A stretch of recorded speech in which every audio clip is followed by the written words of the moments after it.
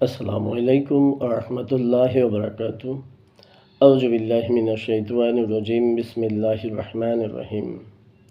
আমরা আজকে ইনশাআল্লাহ পবিত্র কোরআন এবং হাদিসের মধ্যে জুলুমবাজদের শাস্তির বিষয়ে যা বলা হয়েছে তা অধ্যয়ন করব এবং এ থেকে আমরা শিক্ষা নেওয়ার চেষ্টা করব ইনশাআল্লাহ। যেমন পবিত্র কোরআনের সূরা আন-নহল এর ৯০ নম্বর আয়াতের মধ্যে আল্লাহ বলেন, আল্লাহ ন্যায়নীতি, পরোপকার ও আত্মীয়-স্বজনদেরকে দান করার হুকুম দেন এবং অশ্লীলতা, নির্লজ্জতা ও দুষ্কৃতি এবং অত্যাচার বাড়াবাড়ি করতে নিষেধ করেন। তিনি তোমাদের উপদেশ দেন যাতে তোমরা শিক্ষা লাভ করতে পারো। হাদিসে এসেছে, জুলুম ও সীমালঙ্ঘন অপেক্ষা এমন কোনো বড় গুনাহ নেই যার জন্যে দুনিয়াতেই তাড়াতাড়ি শাস্তি দেওয়া হয় এবং পরকালে কঠিন শাস্তি জমা থাকে।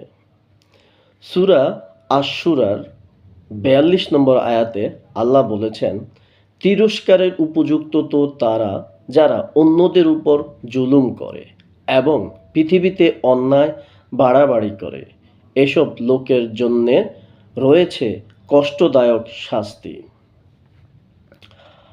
আল্লাহ বলেন, শুধু তাদের বিরুদ্ধে ব্যবস্থা অবলম্বন করা হবে যারা মানুষের উপর অত্যাচার করে এবং পৃথিবীতে অন্যায়ভাবে বিদ্রোহাচরণ করে বেড়ায়।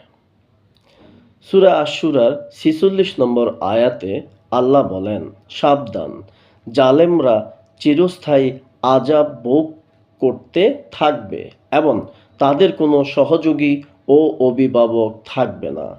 যারা আল্লাহর মোকাবেলায় তাদের সাহায্য করবে, আল্লাহ নিজেই যাকে গুমরাহের মধ্যে নিক্ষেপ করেন তার বাঁচার কোনো পথ নেই। হাদিসের মধ্যে রয়েছে, নিশ্চয় আল্লাহ তাআলা অত্যাচারীকে অবকাশ দিয়ে থাকেন, অবশেষে যখন ধরেন তখন আর ছেড়ে দেন না। সূরা আল আরাফ ৪১ নম্বর আয়াত আল্লাহ বলেন, তাদের জন্য বিছানাও হবে জাহান্নামের এবং উপরের আচ্ছাদনও হবে জাহান্নামের। এই প্রতিফল আমি জালেমদের দিয়ে থাকি। সূরা আজ-জারিয়াত ৫৯ নম্বর আয়াত আল্লাহ বলেন, তাই যারা জুলুম করেছে তাদের প্রাপ্য হিসেবে ঠিক তেমনি আযাব প্রস্তুত আছে, যেমনটি এদের মতো লোকেরা তাদের অংশ পুরো লাভ করেছে। সেজন্য সব লোক যেন আমার কাছে তাড়াহুড়া না করে। সূরা আদ-দহর ৩১ নম্বর আয়াত আল্লাহ বলেন, যাকে ইচ্ছা তিনি তাকে তার রহমতের মধ্যে শামিল করেন আর জালেমদের জন্য প্রস্তুত রেখেছেন কঠিন শাস্তি। বুখারী শরীফের মধ্যে রয়েছে হাদিস, আব্দুল্লাহ ইবনে ওমর রাদিয়াল্লাহু থেকে বর্ণিত, নবী সাল্লাল্লাহু আলাইহি ওয়াসাল্লাম বলেছেন, জুলুম কিয়ামতের দিন অনেক অন্ধকারের রূপ ধারণ করবে।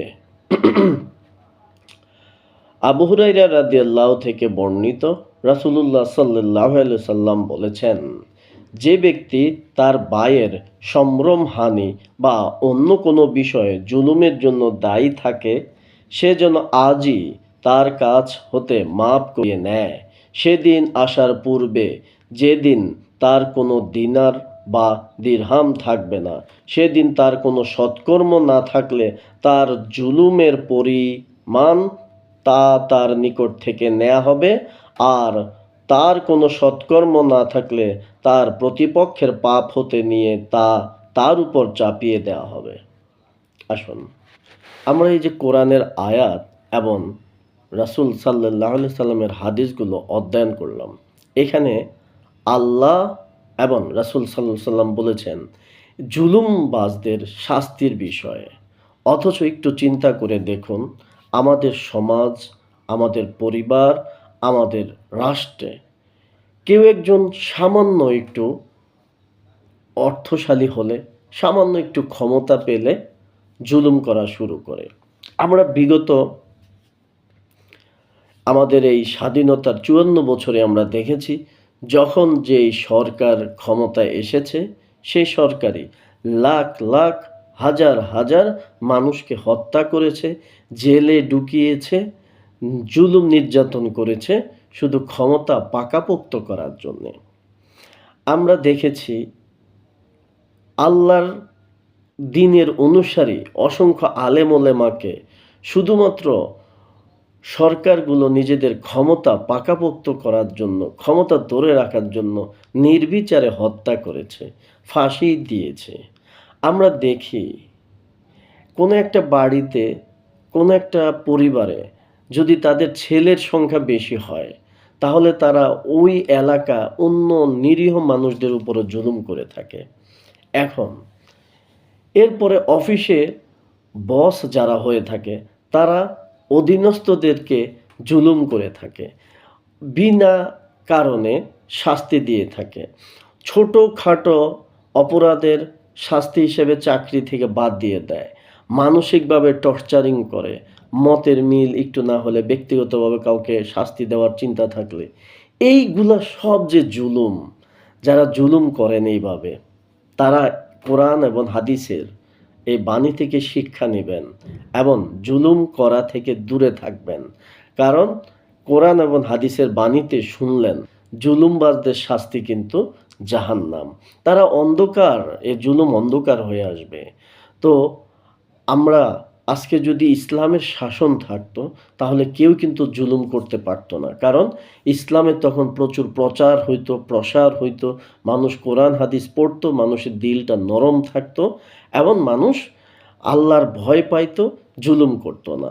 আজকে ইসলামী শাসন না থাকাতে আজকে মানুষ কোরআন হাদিস থেকে দূরে, মানুষ আজকে জুলুম করছে।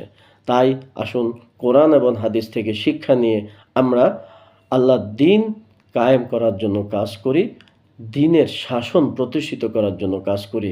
নিজের ব্যক্তি জীবনে আমরা কোরআন এবং সুন্নাহ প্রতিষ্ঠিত করি, পরিবার, সমাজ এবং রাষ্ট্রে দ্বীন প্রতিষ্ঠিত করার জন্য কাজ করি। আসসালামু আলাইকুম ওয়া রাহমাতুল্লাহি ওয়া বারাকাতুহু।